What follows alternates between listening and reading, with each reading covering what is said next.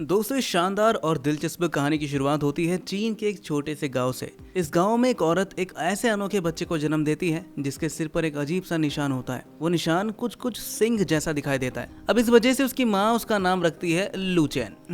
इस नाम का मतलब होता है एक अजीब और खास सा बच्चा। लूचैन नॉर्मल बच्चों से बिल्कुल अलग था। उसके पास कुछ खास तरह की शक्तियां थी जो बाकी बच्चों से बिल्कुल अलग बनाती थी उसे। लेकिन अफसोस की बात यह थी कि उसके खुद के पिता यानी लूचैन के पापा उससे बिल्कुल भी प्यार नहीं करते थे। लूचैन के पापा एक सफल व्यापारी तो थे और उनका कारोबार बहुत अच्छा चल रहा था, मगर वो ना तो अपने बेटे पर ध्यान देते और ना ही अपनी पत्नी की परवाह करते। लूचैन की माँ को अपने बेटे का पेट पालने के लिए चोरी तक करनी पड़ती थी। अब एक दिन लूचैन अपने मोहल्ले की दूसरी गली में कुछ बच्चों के साथ खेल रहा होता है। तभी वहाँ एक तमाशा दिखाने वाला आदमी आता है। उसका तमाशा देखकर सभी बच्चे बहुत ज्यादा खुश हो जाते हैं और मजे लेने लगते हैं। इसी बीच कुछ शरारती बच्चे लूचैन का खाना छीनने की कोशिश करते हैं। जब लूचैन अपना खाना उन्हें देने से इनकार कर देता है तो वो बच्चे उससे झगड़ा करना शुरू कर देते हैं। अब झगड़े के दौरान एक बच्चा लूचैन के सिर पर, जहां उसका सिंह जैसा निशान था, एक जोरदार मुक्का मारता है। इस झटके से लूचैन बेहोश होकर जमीन पर गिर जाता है। हालांकि कुछ ही देर बाद उसे होश आ जाता है। होश आते ही वो उन बच्चों को उसी स्टाइल में मारता है जिस तरह का स्टाइल उस तमाशे दिखाने वाले आदमी ने दिखाया था। अब लूचैन की ये कुशलता और अलग अंदाज देखकर वहाँ मौजूद कुंफू सिखाने वाला मास्टर भी दंग रह जाता है, क्योंकि लूचैन ने सिर्फ देखकर ये खास लड़ाई का तरीका सीख लिया था। अब लड़ते लड़ते लूचैन की नाक से खून बहने लगता है और वो एक बार फिर से जमीन पर गिरकर बेहोश हो जाता है। अब कुछ देर बाद जब लूचैन को होश आता है तो वो अपने घर की तरफ जाने लगता है, लेकिन तभी वो देखता है कि उसकी माँ को उनके घर से निकाल दिया गया है। वजह ये थी कि वो खाना चुराते हुए पकड़ी गई थी। इस घटना के दौरान वहाँ मौजूद कुंफू मास्टर लूचैन की माँ से मिलता है और कहता है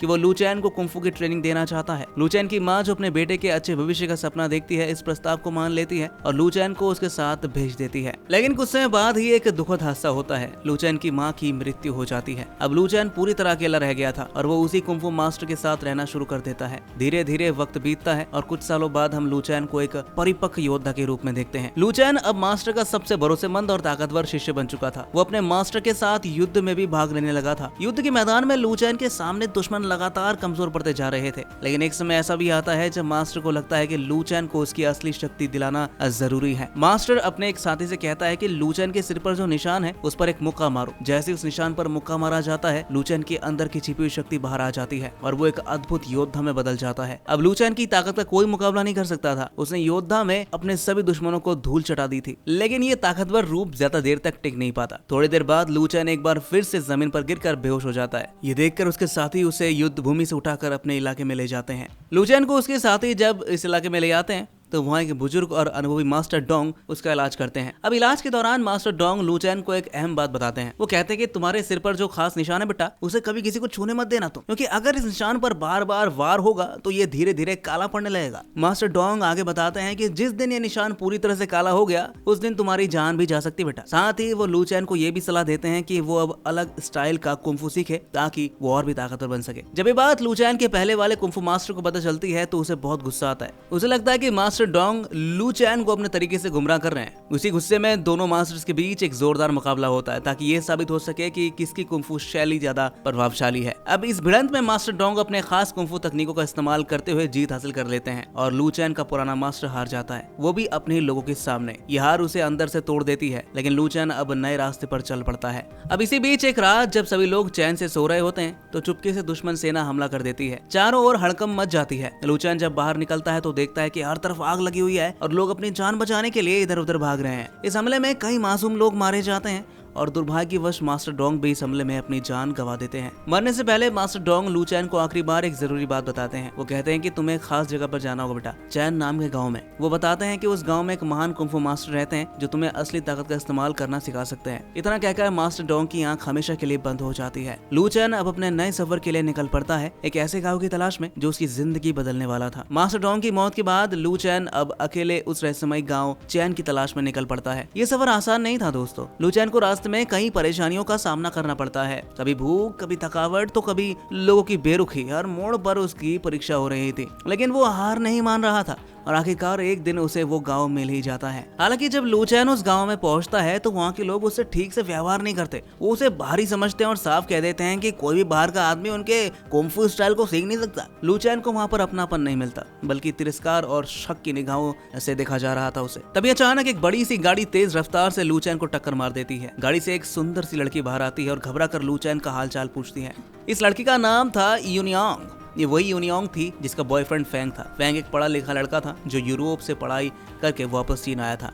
फैंग और यूनियांग जब अपनी गाड़ी में बैठकर वहां से जाने लगते हैं तब लू चैन को पता चलता है कि यूनियांग दरअसल उसी मास्टर चैन की बेटी है जिनकी खोज में वो गांव तक आया था। ये सुनकर लू चैन बहुत हैरान होता है और तुरंत यूनियांग के पीछे दौड़ पड़ता है, लेकिन तब तक यूनियांग अपने महलनुमा घर के अंदर चली जाती है। शाम होते होते यूनियांग एक मीटिंग रखती है जिसमें पूरे गाँव के लोगों को बुलाया जाता है। इस मीटिंग का मकसद था फैंग का एक नया प्रोजेक्ट दिखाना। वो यूरोप से जो कुछ भी सीख कर आया था वो गाँव वालों को बताना चाहता था। फैंग का प्लान था कि गाँव में रेल की पटरियां बिछाई जाए।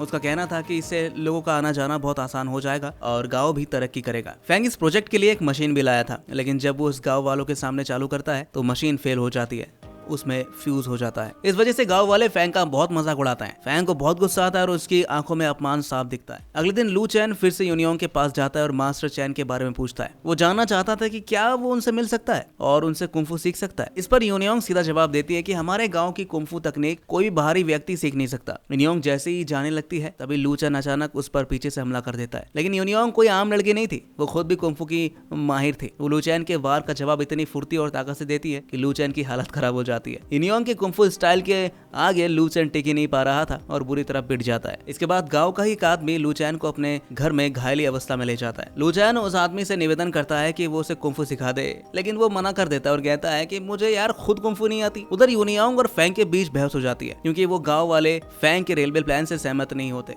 इस समस्या को सुलझाने के लिए फैंग सीधे गाँव के गवर्नर के पास जाता है ताकि सरकार से मदद ले सके। अब कहानी में एक नया किरदार आता है, एक यूरोप से आई बिजनेस वुमेन जिसका नाम था क्लेयर। वो बड़े बड़े प्रोजेक्ट्स में पैसे लगाती थी और बड़ा मुनाफा कमाने के लिए कुछ भी कर सकती थी। क्लेयर गवर्नर को लालच देती है और अपने साथ मिला लेती है। वो कहती है कि मेरे पास एक खास मशीन है जो बहुत तेजी से रेलवे की पटरियां बिछा सकती है। गवर्नर इस प्रस्ताव को मंजूरी दे देता है और इस तरह फैंग और क्लेयर को गांव में रेल प्रोजेक्ट शुरू करने की अनुमति मिल जाती है। अब अगले दिन लू चैन एक बार फिर यूनियांग के पास जाता है और फिर से मुकाबला करने की कोशिश करता है, लेकिन इस बार भी यूनियांग उसे बुरी तरह हरा देती है। हार के बावजूद लू चैन हार मानने वालों में से नहीं था। वो चुपचाप गाँव के लोगों के कुंफू स्टाइल को देखकर उनके स्टंट और मूव्स को सीखने लगता है। वो छिपकर जंगल में जाकर अकेले उनकी तकनीक की प्रैक्टिस करता है। तो वहाँ वही आदमी आता है जिसने पहले उसकी जान बचाई थी। लू चैन उसे बताता है, मैंने पहले भी तमाशा देखकर कुंफू सीखा था, अभी देख देख कर सीख ही रहा हूँ। ये सुनकर वो आदमी लू चैन को सलाह देता है, यार अगली बार मुकाबला करना है ना तो उनकी चालें उन्हीं पर इस्तेमाल कर भाई। तो लू चैन उस बात को अपने दिल में बिठा लेता है। अब अगले दिन लू चैन गाँव में जाता है जहाँ उसे एक टोफू बेचने वाला लड़का मिलता है। वो लड़का लू चैन को चैलेंज देता है, अगर तुम मेरे हाथ से टोफू गिरा दिया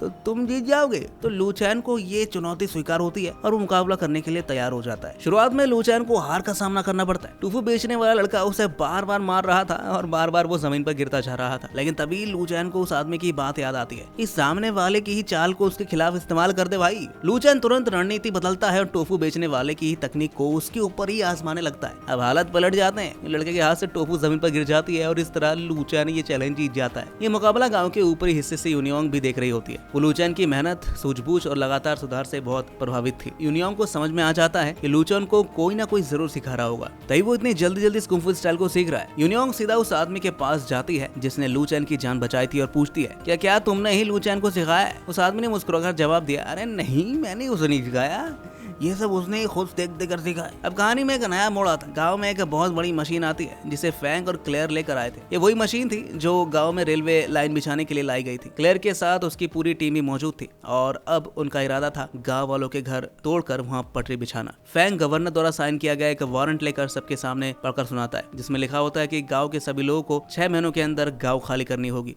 ये सुनकर पूरा गांव सन्न रह जाता है। यूनियांग इस मुसीबत से निपटने के लिए गांव के सबसे बुजुर्ग सरपंच के पास जाती हैं। सरपंच उसे बताता है कि हम सबको सिर्फ एक ही आदमी बचा सकता है और वो है मास्टर चैन, यानी तुम्हारे पिता। लेकिन यूनियांग को बताया जाता है कि उसके पिता यानी मिस्टर चैन कई साल पहले कहीं गायब हो गए थे। अब यूनियांग अपने पिता की तलाश शुरू करती है तो वो क्लेयर और फैंग को एक साथ देख लेती है। जब यूनियोंग क्लेयर और फैंग को एक साथ देखती है तो वो छिपकर उनकी बातें सुनती है। क्लेयर फैंग से कहती है कि वो उससे शादी करना चाहती है, लेकिन फैंग साफ कहता है कि जब तक वो अपनी पहचान और नाम नहीं बना लेता तब तक वो शादी नहीं करने वाला। ये सुनकर क्लेयर थोड़ा नाराज हो जाती है और कहती है कि वो अब इंग्लैंड वापस जा रही है। इस पर फैंग उसे रोकते हुए कहता है, मैं तुमसे प्यार करता हूँ और हमेशा करता रहूंगा। ये सब बातें यूनियोंग भी सुन लेती है और उसे बहुत दुख होता है। उसे एहसास होता है कि फैंग ने उसका सिर्फ इस्तेमाल किया था। हालांकि यूनियोंग कोई कमजोर लड़की नहीं थी। वो बड़ी चालाकी से उस बड़ी मशीन की मैनुअल किताब चुरा लेती है जो पट्टियां बिछाने के लिए गाँव में लाई गई थी। उधर दूसरी तरफ लू चैन उसी आदमी की मदद से उस मशीन को नुकसान पहुंचाने की योजना बनाता है। रात को यूनियोंग भी पूरे डिटेल के साथ वहां पर पहुंचती है जहां मशीन रखी गई थी। अब दोनों यूनियोंग और लू चैन मिलकर उस मशीन को नष्ट करने की योजना पर काम करने लगते हैं। दोनों साथ मिलकर मशीन के मेन कंट्रोल रूम की तलाशी करते हैं और थोड़ी मेहनत के बाद उन्हें वो मिल भी जाता है। जैसे वो कंट्रोल रूम के पास पहुंचते हैं अचानक वहां क्लेयर और फैंग भी आ जाते हैं। उन्हें देखकर यूनियोंग फुर्ती से मशीन के कंट्रोल सिस्टम को बिगाड़ देती है। इसके बाद वहां एक जबरदस्त ब्लास्ट होता है। इस धमाके में क्लेयर की मौत हो जाती है। लू चैन समय रहते यूनियोंग को वहां से बचाकर ले जाता है। अब यहाँ कहानी में बड़ा खुलासा होता है दोस्तों। हम देखते हैं कि असल में मास्टर चैन कोई और नहीं बल्कि वही व्यक्ति था जो लू चैन की शुरू से मदद कर रहा था। वही चुपचाप उसकी प्रगति देख रहा था और जरूरत पड़ने पर उसका मार्गदर्शन कर रहा था। मास्टर चैन बताते हैं कि क्लेयर की मौत ने फैंग को पूरी तरह बदल दिया और अब वो बदले की आग में जल रहा है। मास्टर चैन कहते हैं कि फैंग जरूर अपनी सेना के साथ गांव पर हमला करेगा, इसलिए हम सबको एकजुट होकर उसकी सेना का सामना करना होगा।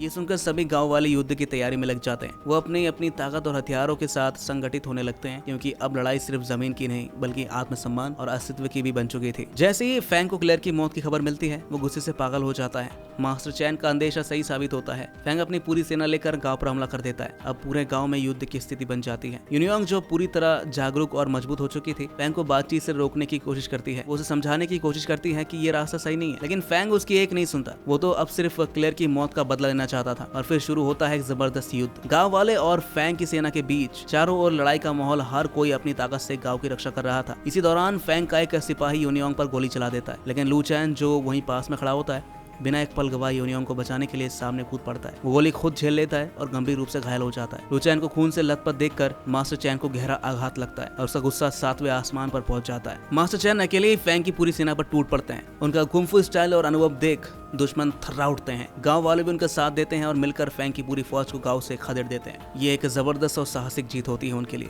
लड़ाई खत्म होने के बाद जब सब कुछ शांत होता है तो मास्टर चैन लू चैन की बहादुरी से इतना प्रभावित होते हैं कि वो यूनियोंग और लू चैन की शादी करने का निर्णय लेते हैं। लू चैन जिसने इतने संघर्ष झेले थे अब गांव का हिस्सा बन जाता है और एक नायक के रूप में सबका सम्मान पाता है। यही नहीं, वो गांव की परंपराओं और कुंफू की विरासत को आगे बढ़ाने का भी संकल्प लेता है। और इसके साथ ये मूवी यहीं पर खत्म हो जाती है। तो दोस्तों कैसी लगी आपको इस शानदार फिल्म की पूरी कहानी हमें कमेंट में जरूर बताएगा। और अगर चैनल सब्सक्राइब नहीं किया तो प्लीज सब्सक्राइब कर लीजिएगा दोस्तों। साथ ही बेल आइकॉन भी दबा दीजिएगा क्योंकि आने वाली वीडियो की जो नोटिफिकेशंस हैं आपको मिल जाएंगे उससे। आपसे मिलते हैं हम नेक्स्ट वीडियो में, तब तक के लिए आप अपना ख्याल रखिए।